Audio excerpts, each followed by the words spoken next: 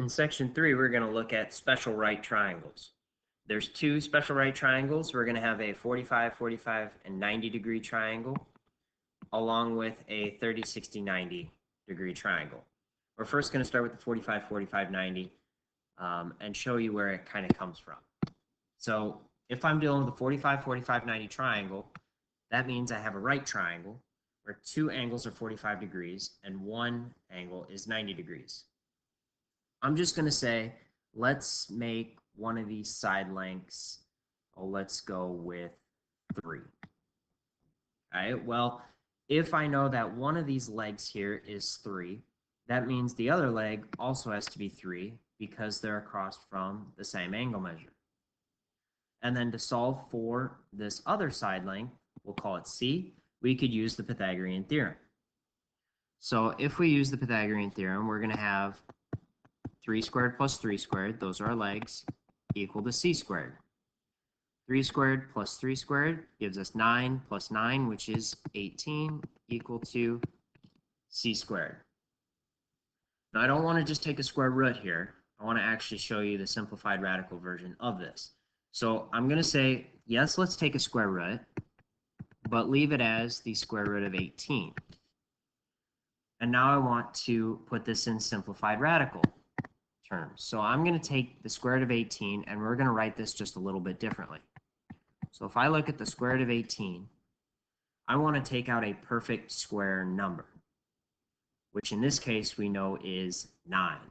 I can take 9 out of square root of 18. 9 times 2, notice that, is the same thing as 18. There's nothing wrong with me splitting that up. The square root of 9 we know is 3, and I can't take the square root of 2, so I'm just going to leave it.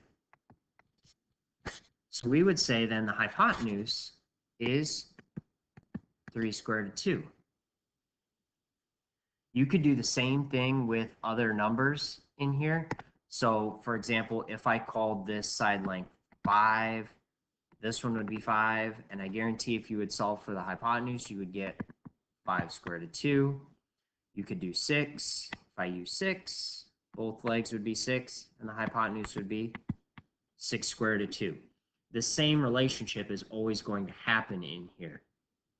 So therefore, what this is going to look like is this. I would jot this triangle down in your notes somewhere, but both of your legs are going to be congruent, and your hypotenuse is going to be whatever your leg is times the square root of 2.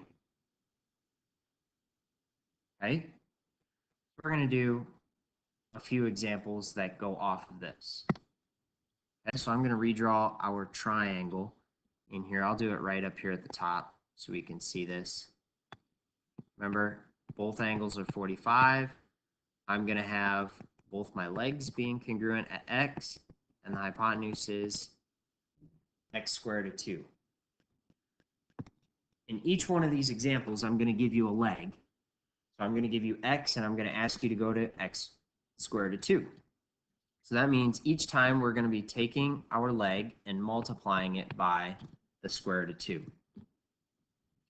So notice on letter A, 6 is the leg. I want to get to the hypotenuse x.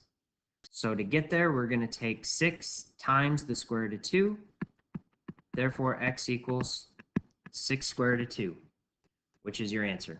You don't need a calculator. You don't need anything else for it. I want you to just leave it in terms of a square root. So your answer is 6 square root of 2. As far as letter B goes, this might be a little bit more for us to do, but that's okay. Notice that 9 square root of 2 makes up the legs. So I want to get to the hypotenuse again. We multiply by the square root of 2. So 9 square root of 2 times the square root of 2. We know that the square root of 2 times square root of 2 is the square root of 4. The square root of 4 we know is 2. 9 times 2 is 18.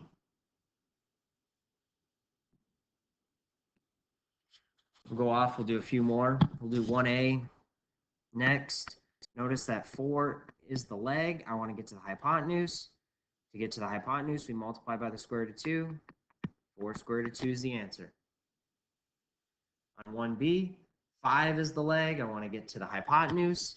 5 times the square root of 2 is 5 square root of 2. And then finally on letter C, 7 square root of 2 is your leg. I want to get to the hypotenuse. So we take 7 times square root of 2 times the square root of 2. Square root of 2 times square root of 2 is square root of 4. Square root of 4 we know is 2. 7 times 2 is 14.